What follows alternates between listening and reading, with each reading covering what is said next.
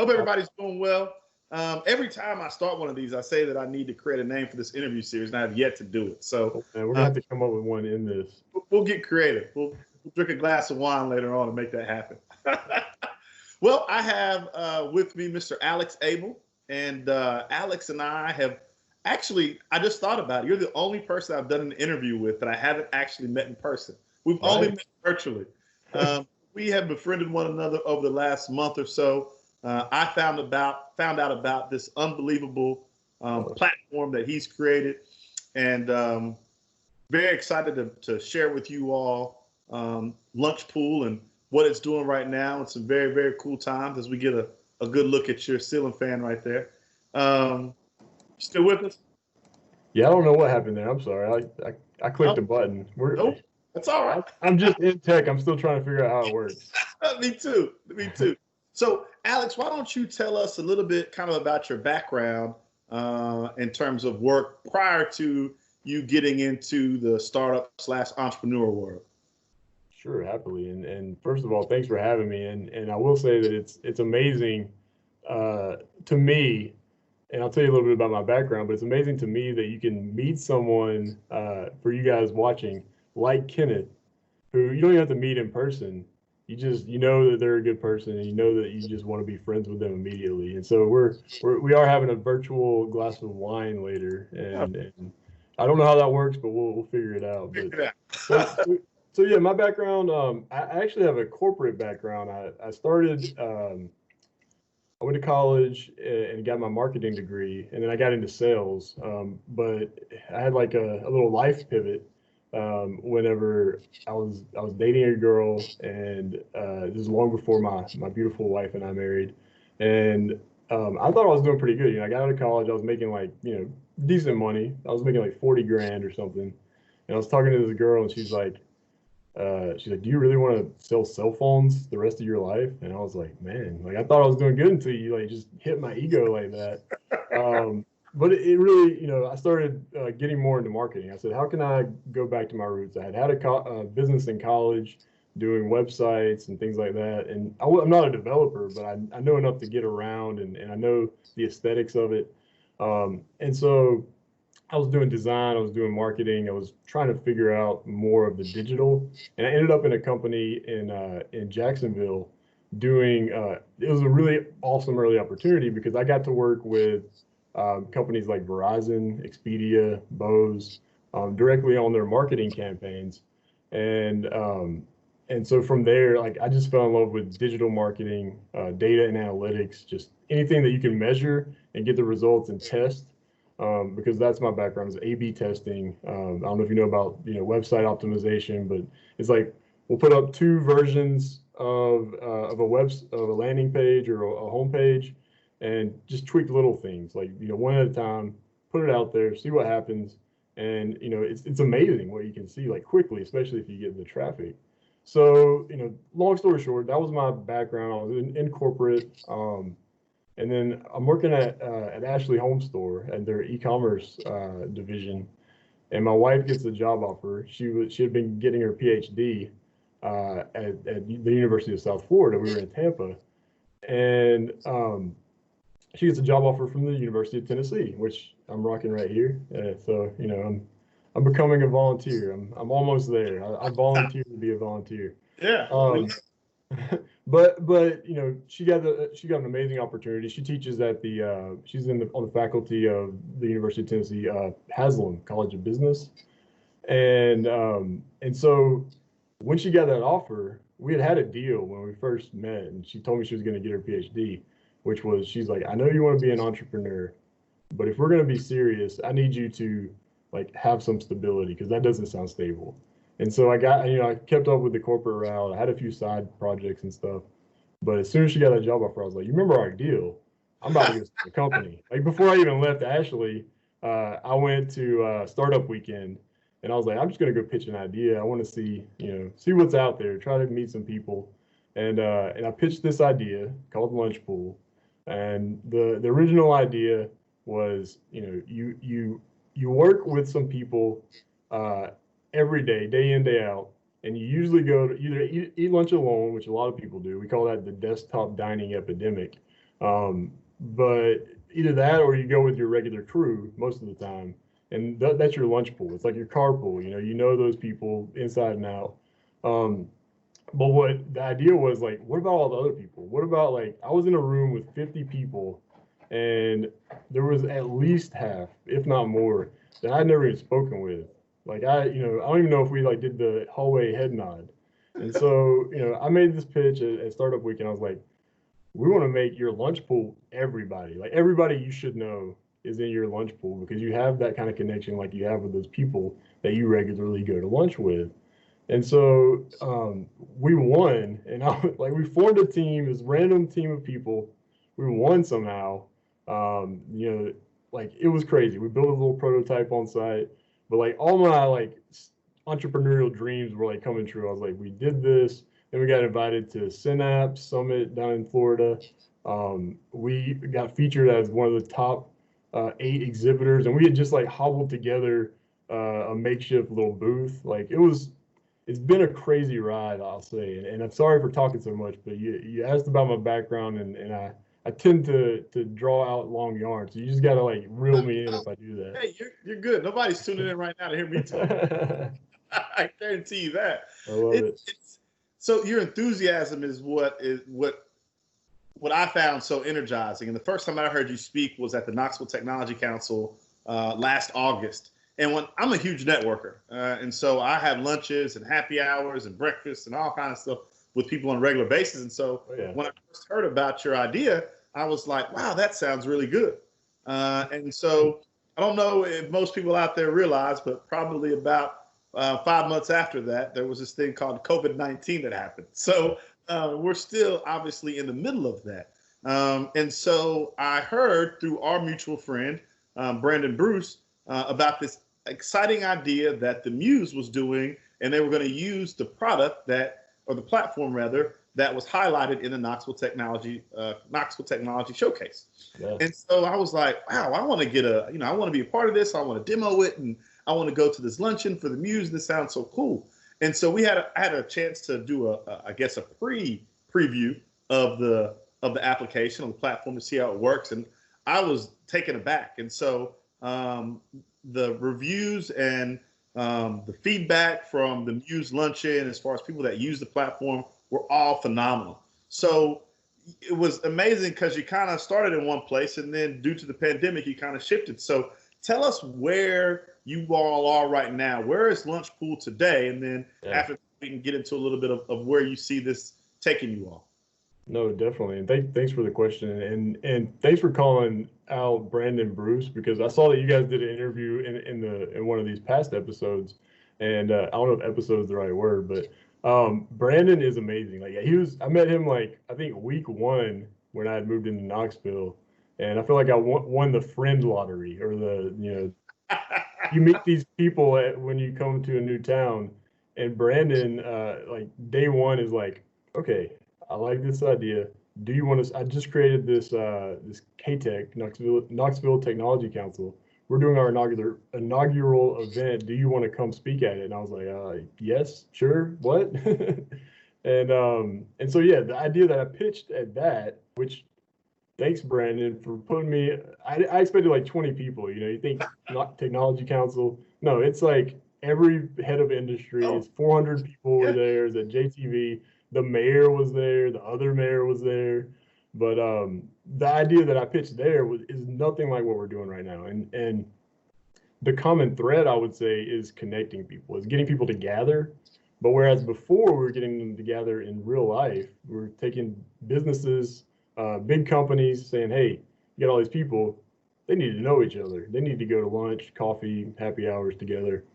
Well, it was funny because doing that, we knew that we needed to bring in the remote employees, right? And so, because our whole thing is inclusiveness or inclusion, is making people feel like they have a seat at the table.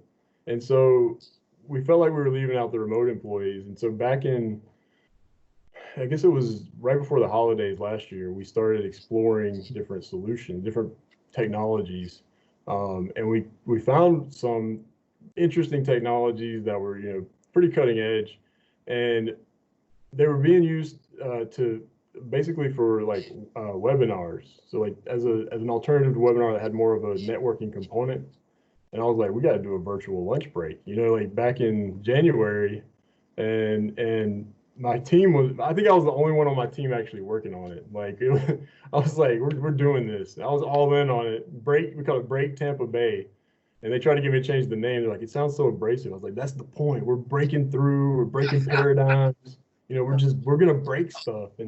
Uh and I was like, we're breaking geographic barriers. I was trying to like soften it up a little bit, but we figured, hey, a lot of people eat lunch at their desk, eat lunch at your desk, but still connect with people. And so it was awesome. Like there was 100 people that showed up, more than I ever thought. We had sponsors that came in, and so we kind of tabled that though. We were like, okay, no, now back to the app. Like, and we kept thinking about it. We're like, okay, we've got this thing over here.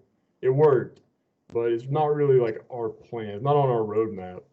But what we had come to an agreement on was it would be a great lead generation. Like we do these, people from big companies come to them. They say, "Oh, that was a great experience." And we're like, "You like experiences? We can show you even how to have more of those." But I had no idea that it would become like the pivot that actually helped us to get where we are right now, which is like Kenneth said, if you watch this 20 years from now, COVID was a crazy, somewhat terrible, somewhat interesting in terms of opportunity period in our time, because nobody can, like, there's mandates from the government that you can't go out and gather and social, really they call it social distancing, and everybody's familiar with that term right now. But on the forefront of it, somebody reached out to us and they were like, hey, we read this article about this Break Tampa Bay thing. We have a conference, and we're a coalition of all the, like, University of Florida, USF, and UCF.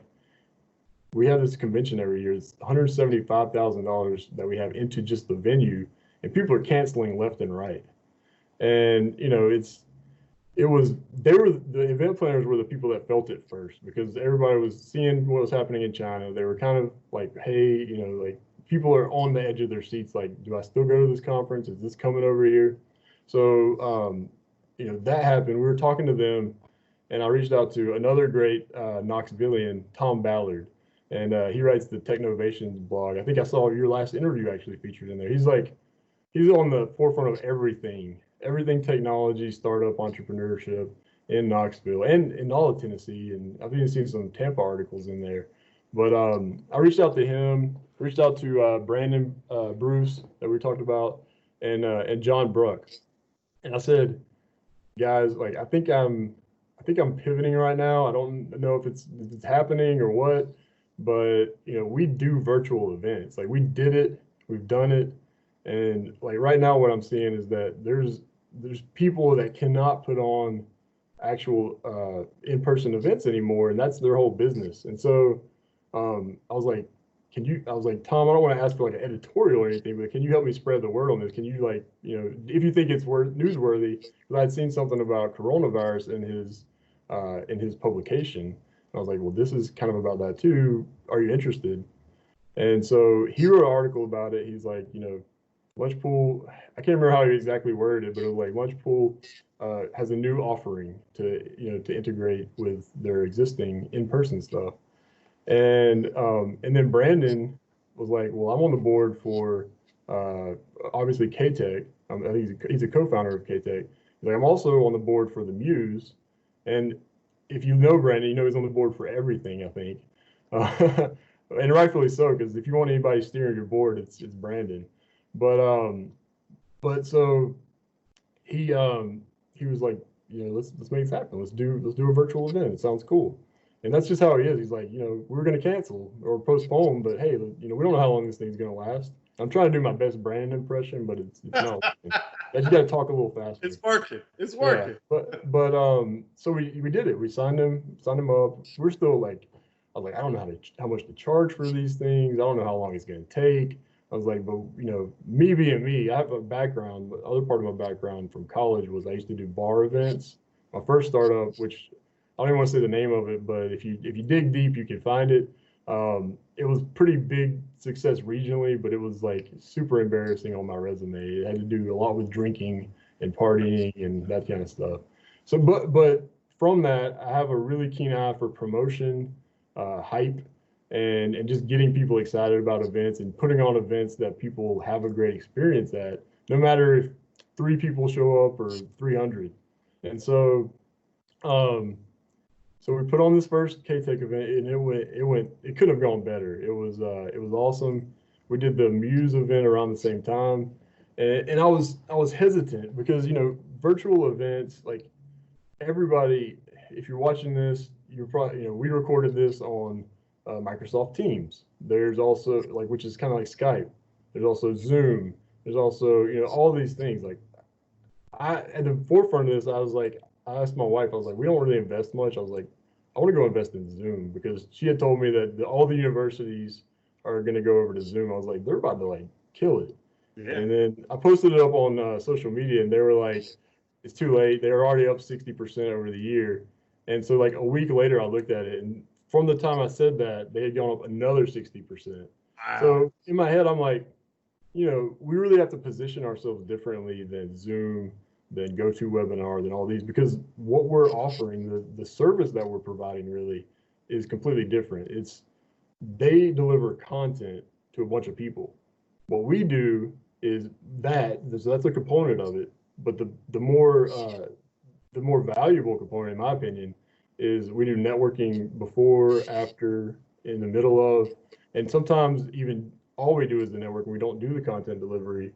And you have to see it to believe it. We still are trying to figure out how to like explain it, but it's basically tabled networking in the browser. So you have a map, a 2D map, you have a little avatar on there, and you can hop around from table to table, and the only video chats you see are the people actually at your table. So it does a great job of mimicking what you would expect in real life, because you go to a networking mixer, you pop over to a table, you're like, oh, hey, Kenneth, I hadn't seen you in a while. How's the wife? How's the kids? Okay, cool. Oh, look, there's Brandon Bruce over here. I'm gonna go talk to him real quick, and you just pop over to the other table.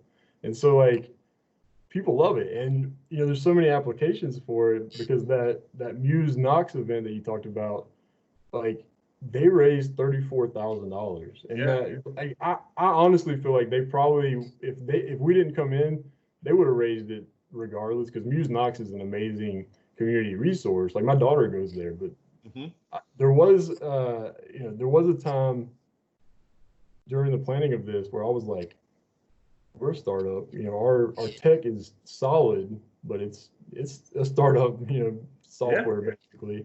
And we have technology partners that power it. And it's, like, I don't know if we're going to be able to support this, because we have, think about the people that go to a Muse Knox or any kind of charity tabled fundraiser dinner, which is what we were basically replacing. I was like, they may not be the tech savviest, That's where Kenneth and I actually met, because they called him as like the IT hero to say, okay, we're gonna figure out the logistics of all this. Title right there. Yeah, exactly. That should be your new title. But yeah, it went amazing. And so, like, again, that was a long drawn out way to say where we are is not anywhere near where we were, because we were doing in-person events. Now we're doing virtual events, but we're also looking ahead to say, how can we build in a way that serves both? Because I knew virtual events was going to be a component before, but this has opened up my eyes. I think it's opened up the world's eyes to where even if you can't be physically with other people, we're social creatures. We need connection. And even before this happened, we were getting away from that, because everybody's in their phone screens or just so busy that you can't connect. And so a lot of people call it the great pause. Like, they'll look at this history and call it the great pause, because a lot of things are on halt. I'm kind of talking about, I mean, again, my team hates me for this because I won't give up on the break word, but I'm calling it the big break, because everybody has a break. It's a chance to stop, connect with your family, connect with people, old friends, like, yeah, economically it's challenging, but I think it's good for us in the long run. I mean, with respect to everybody struggling through all the medical, the disease component of it, it's terrible. Yes. But you got to look for the positives and things. And I think being able to see this as an opportunity to like get back to our roots. Like let's, you know, we can't congregate. So you see people meeting online, like these quarantinis. Have you heard about that? Yeah. Quarantini happy hours. Like Yeah. we adopted one of those into our offering because I was like, that's not like I was like, if we're gonna do all these paid events and all these, you know, the formal stuff, we gotta blow off some steam as well. So So, I mean, your event could be used for luncheons, yeah, for fundraisers, for galas, for, I mean, speaking events, yeah, strictly networking events, trivia. yeah, Uh, what else? What other types of events do you think you all could be yeah. really fit for? No, that's a good question. So I will say like bar trivia, we did that, and Yeah. it came from one of the quarantine happy hours. We threw that up. My co-founder Pooja, shout out to Pooja. She's down in Florida still, and her cousin Archana. I don't know if she'll ever see this, but Archana works at I think Microsoft or one of the banks over on the West Coast. Banks or tech firms. But anyway, she was like, I want to do bar trivia. Could you do bar trivia in this? And I was like, we will. I guarantee you. It may not be great, but we will. And so we pulled that off, and it was all like we sold it out. We donated the money to COVID relief efforts, and then Arch and his team actually won. And so there's like 15 teams of five, and me and Pooja are hosting it too, and doing the tech, and like trying to like scrambling together a trivia system. Like she's like scoring. I'm like, you're taking way too long. People are complaining, and she's like, can you just leave me alone? Like I just built this Excel spreadsheet that we're tracking it in before, and we shouldn't have had 15 teams, but everybody had a great time. And then Arch and his team won, and then they make the announcement, hey, because we did $100 prize. So $100 prize, all the rest of the proceeds are going to go to charity. We just wanted to test something out.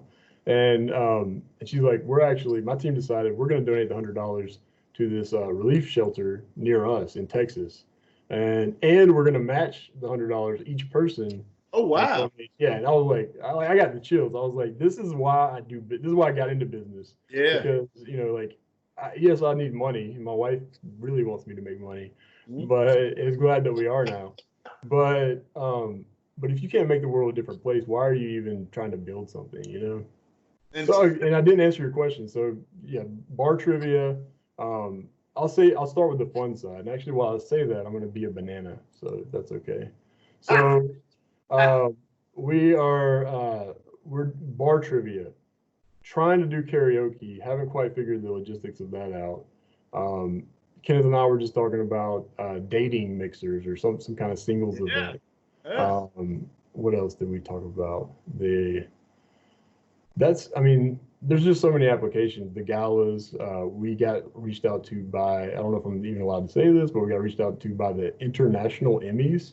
And I thought it was like the Academy at first, like the one that puts on the actual Emmys. Mhm. And it's like their sister or parent, it's not parent organization, but they're related. And they were like, hey, we put on these networking mixers around Cannes Film Festival and these other things. We can't do those anymore. Can you guys help out? So like, there's all kind of applications. Even sorry, I can see it banana being, time I over. can see it working for a concert even. Yeah, well, that we're trying to figure. We talked to what's the one that just happened? Rhythm and Blooms Yeah. festival here. We Yep. we talked to those guys, and there's another second. I don't know. There's a few. Second bell. Yeah, I was like, I don't think that we have the AV experience to really Yeah. pull that off well yet. But we're Mhm. talking to some partners that we know down in Florida. There's some people up here in Knoxville, and we're experimenting because the problem is that everybody. I guess I have to be careful how I say this.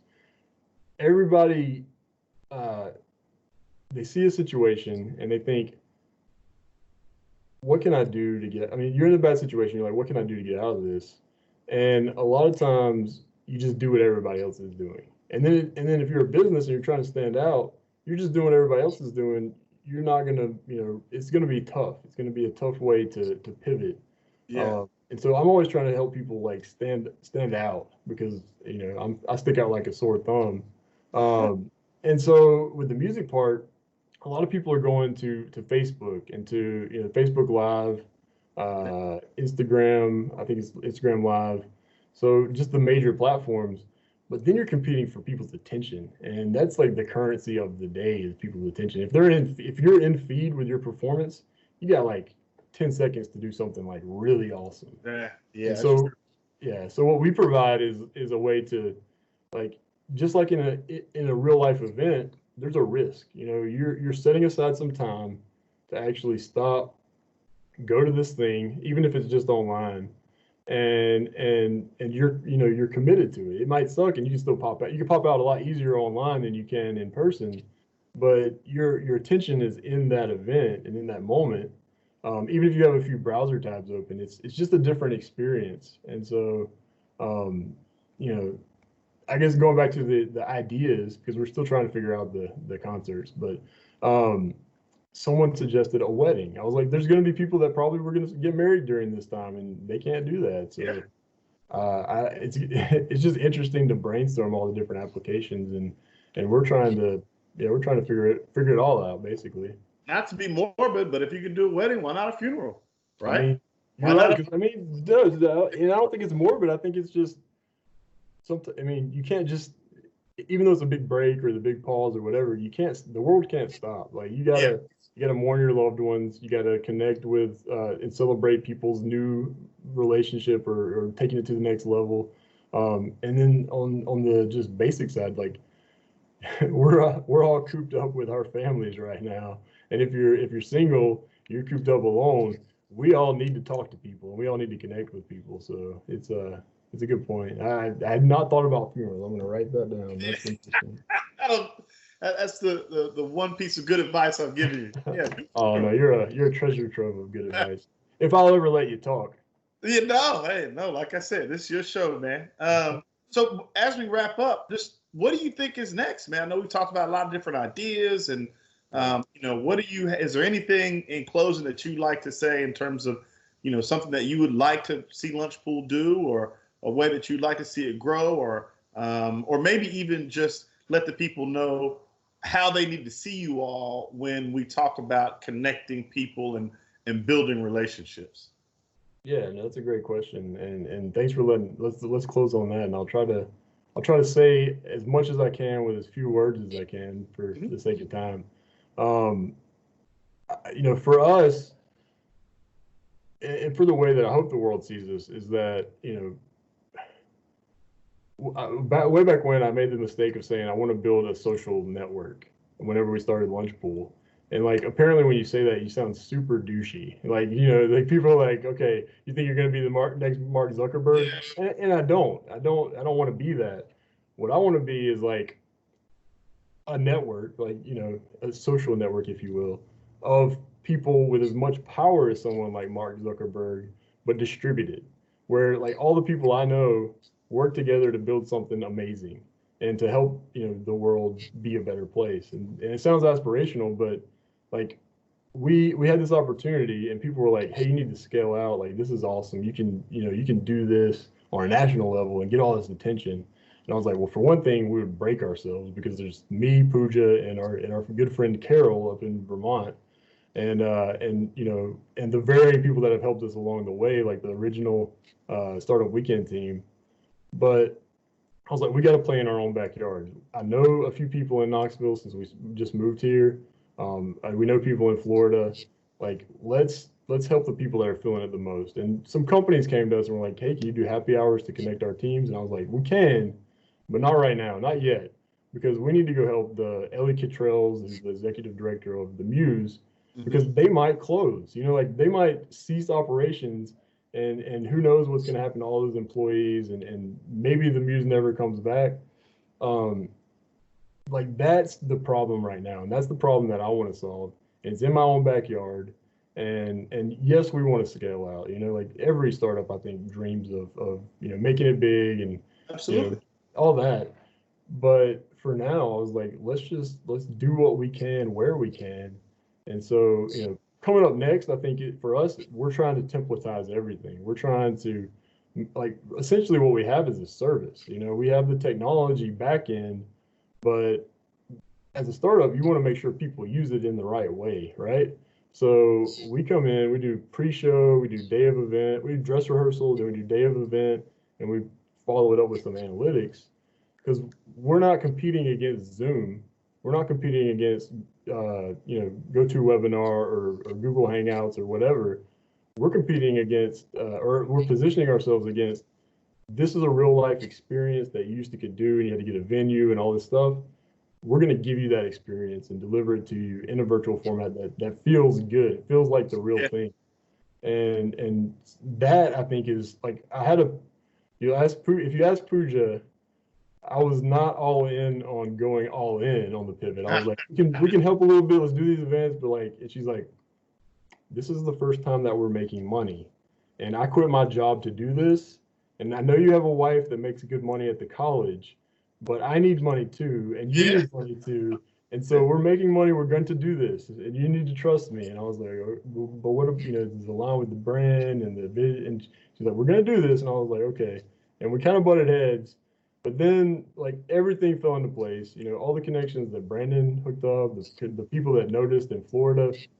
And so now it's like, you do have, as an entrepreneurial advice that I'll close with, if you have a co-founder and you trusted them enough to go into business with them, listen to them sometimes. If you don't agree with them, it's okay. Like, just if they put a stake in the ground, sometimes you got to listen to them because, now we're here. We've got awesome revenue coming in. We're trying to keep the price low still so that we can help in our backyard. But, it's like, for the first time in a long time since working in corporate, I can say I'm doing something I love and I'm helping people.